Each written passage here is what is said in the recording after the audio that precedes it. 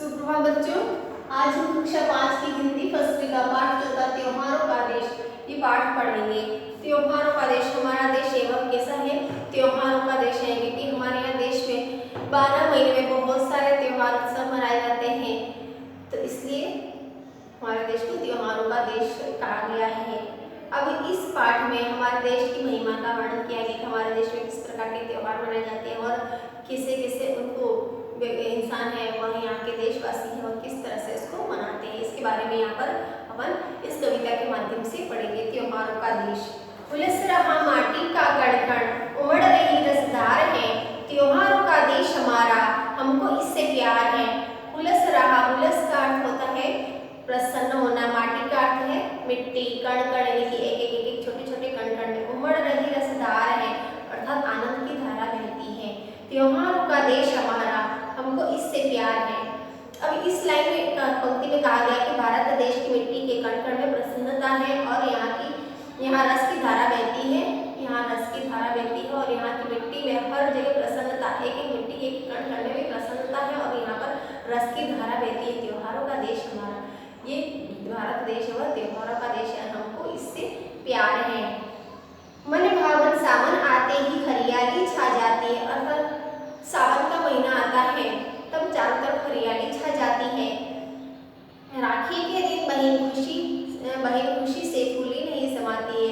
सावन के मास में जब राखी का त्योहार आता है तो बहन वह अपने भाइयों को राखी रक्षाबंधन पर राखियां बांधती है। घर बाहर झूले ही झूले गाते राग मल्हार है। इसी तरह सावन मास में ही महिलाएं वर्षा ऋतु का गीत गाती है और घर आंगन में झूले लगते हैं और झूला झूलती हुई बसंत वर्षा ऋतु का गीत गाती है। त्योहारों का देश हमारा, हमको इससे प्यार है।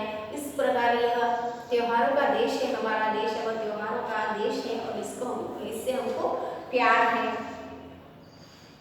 अब दूसरा है आजादी के दिवस तिरंगा घर घर पर लहराता है, वीर शहीदों की गाथाएं हमको याद दिलाता है। मन भावों से भर जाता है, माँ की जय जयकार है, त्योहारों का देश हमारा, हमको इससे प्यार है। अर्थात आज़ादी का दिवस 15 अगस्त आता है। अब बारिश के समय के सावन के मास के बाद 15 अगस्त आता है। 15 अगस्त के समय पर हमें हमारे चारों तरफ तिरंगा लहराते हुए दिखता है और आज़ादी का तिरंगा हर घर पे लहराता है और हमको आज़ादी के जो बलिदान के लिए जो शहीद हुए हैं उनकी याद दिलाता है और उनकी याद करके हमारा मन है वो भी भर जाता है। उनको याद करके हमारे अंदर भी आत्मानुभूति होती, उनके प्रति श्रद्धा भाव उत्पन्न होता है ऐसा, और उनके प्रति जय जयकार करने का हमारा मन करता है। हम उनकी जय जयकार करते हैं, आज़ादी के दिन हम उनकी जय जयकार करते हैं, उनकी शहीदों के बलिदानों को याद करके हम उनकी जय जयकार करते हैं। ऐसा यह त्योहारों का देश है, हमारा देश है वह भारत, इसलिए इससे हमको प्यार है। आता है हर वर्ष दशहरा, होते खेल तमाशे हैं, दिवाली पर दीपदान फुलझड़ियां खिल बताशे हैं, धूम धड़ाके और पटाखों की कैसी भरमार है, त्योहारों का देश हमारा, हमको इससे प्यार है। अर्थात अब उसके बाद क्या आता है? दशहरा आता है। तो हर वर्ष दशहरा आता है और दशहरे पर दशहरा त्योहार विजयादशमी का त्योहार मनाया जाता है, जिस दिन रावण दहन होता है तो वो त्योहार मनाया जाता है। यहाँ पर दिवाली का त्योहार है, दीप जलाकर और फुलझड़ियाँ और पटाखे जलाकर और चारों तरफ दीप प्रज्वलित करके चारों ओर रोशनी फैलाकर इस त्योहार को मनाया जाता है और बड़े धूमधाम के साथ इसको मनाया जाता है। तो इस प्रकार यह त्योहारों का देश हमारा भारत देश है, इससे हमको प्यार है। भाईचारे का संदेशा ले ईद मुबारक आती है, मीठी खीर सवैया सबके मन को भाती है, खेल खिलौने पाते बच्चे क्रिसमस के उपहार हैं, त्योहारों का देश हमारा, हमको इससे प्यार है। अब होली दिवाली बन गए, उसके बाद क्या आती है? भाईचारे का संदेश लेके, यानी कि आपस में भाईचारे का संदेश लेकर एक दूसरे के अंदर भाईचारा, सभी धर्मों के लोग हैं वो आपस में मिलकर ईद भी मनाते हैं और ईद की मुबारकबाद देते हैं। साथ ही साथ मीठी खीर रहती है जो ईद पर बनाई जाती है, तो वो मीठी खीर है वह सबके मन को भाती है, अर्थात सबको खिलाते हैं, सबके मन को अच्छी लगती है।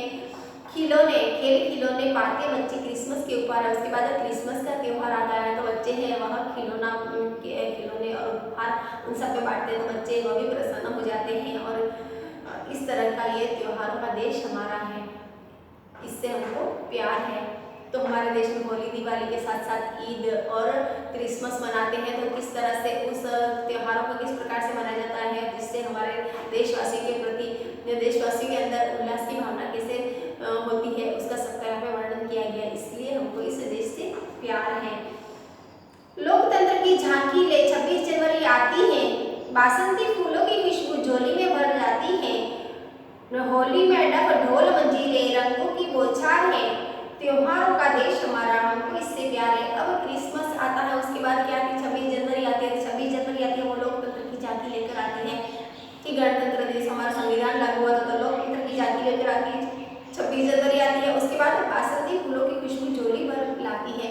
उसके बाद बसंत पंचमी आती है, जो न तो ठंड और न ही गर्मी का एहसास होता है, तो इसी तरह की अच्छी खुशबू लहराती सुगंधित सरसों की चारों तरफ खुशबू, यानी कि फूलों की खुशबू से महकती हुई बसंत ऋतु आती है। बसंत ऋतु के बाद होली में डफ ढोल मंजीरे रंगों की बौछार आती है। उसके बाद होली आती है, तो होली में चारों तरफ, होली है वो रंगों का त्योहार है, तो चारों तरफ ढोल मंजीरे बजते हैं और रंगों की बहार लेकर वह कौन आती है, होली आती है। तो इसी तरह ये त्योहार मनाते हैं। तो त्योहार का ये देश हमारा, हमको इससे प्यार है। तो इस पाठ में हमको किस किस तरह के त्योहार बताए गए हैं। इसमें प्रथम में फर्स्ट में तो आपको बताया गया था कि इसमें हुलस रहा माटी का, पहले तो सावन आता है, तो सावन मास में क्या क्या होता है। उसके बाद श्रावण मास के बाद उसमें कौन कौन से त्योहार आते हैं, तो राखी आती है। सावन मास में हरियाली चारों तरफ छा जाती है। राखी आती है, तो भाई बहन का त्योहार है। रक्षाबंधन, तो बहनें वो भाई को कलाई में राखी बांधती हैं। और उसके बाद वर्षा ऋतु का गीत गाती हुई महिलाएं हैं, वो झूले झूलती है और राग मल्हार गाती है, अर्थात वर्षा ऋतु का गीत गाती है। इसी तरह आगे आती है आज़ादी का 15 अगस्त आता है। 15 अगस्त के दिवस पर चारों तरफ हमारे सबके घरों में तिरंगे की लहर छाई रहती है और सबके घरों पर तिरंगा लहराता है। और आज़ादी के जो शहीद हुए उनकी याद में हम उनकी श्रद्धांजलि करते हैं, उनको याद करते हैं, साथ ही साथ उनको उनकी जय जयकार करते हैं। उसके बाद अब 15 अगस्त समाप्त हो जाने के बाद होली विजयादशमी आती है, जो सच्चाई बुराई पर अच्छाई की जीत है। तो वह विजयादशमी का त्यौहार मनाते हैं। उसके बाद दिवाली दीपों का त्यौहार है, तो वह मनाते हैं, जिसमें चारों तरफ रोशनी प्रज्वलित करके धूम धड़ाके के साथ पटाखे और फुलझड़ियाँ जलाकर दीपों का त्यौहार उत्सव मनाते हैं। दीपों का उत्सव समाप्त होता है। उसके बाद भाईचारा लेके ईद आती है। ईद के साथ साथ उसमें क्रिसमस आता है, तो क्रिसमस से बच्चों को उपहार बांटते हैं, तो उपहार लेकर बच्चे भी खुश हो जाते हैं क्रिसमस पर। क्रिसमस के बाद क्या आती है 26 जनवरी वो लोकतंत्र की विजय की गणतंत्र हमारा संविधान अस्तित्व लागू हुआ था, तो ये लोकतंत्र का संदेश लेकर आती है 26 जनवरी। उसके बाद बसंत पंचमी, बसंत ऋतु आती है। और इसके बाद क्या आता है, होली आती है। होली पर समाप्त होते हैं त्योहार। तो इस तरह 12 महीनों के 12 त्योहार इसमें बताए गए हैं। 12 महीनों में जो भी त्योहार आते हैं उसके बारे में, जो प्रमुख त्योहार उसके बारे में बताया गया है कि किस तरह से अंत में होली आती है और रंगों की बौछार आती है और ढोल मंजीरों के साथ साथ त्योहारों का अंत होता है। तो इस तरह हमारे देश में बहुत अनेक प्रकार के त्योहार मनाए जाते हैं। इसका वर्णन इस पे किया गया है। धन्यवाद। इसके प्रश्नोत्तर हम अपन कल करेंगे।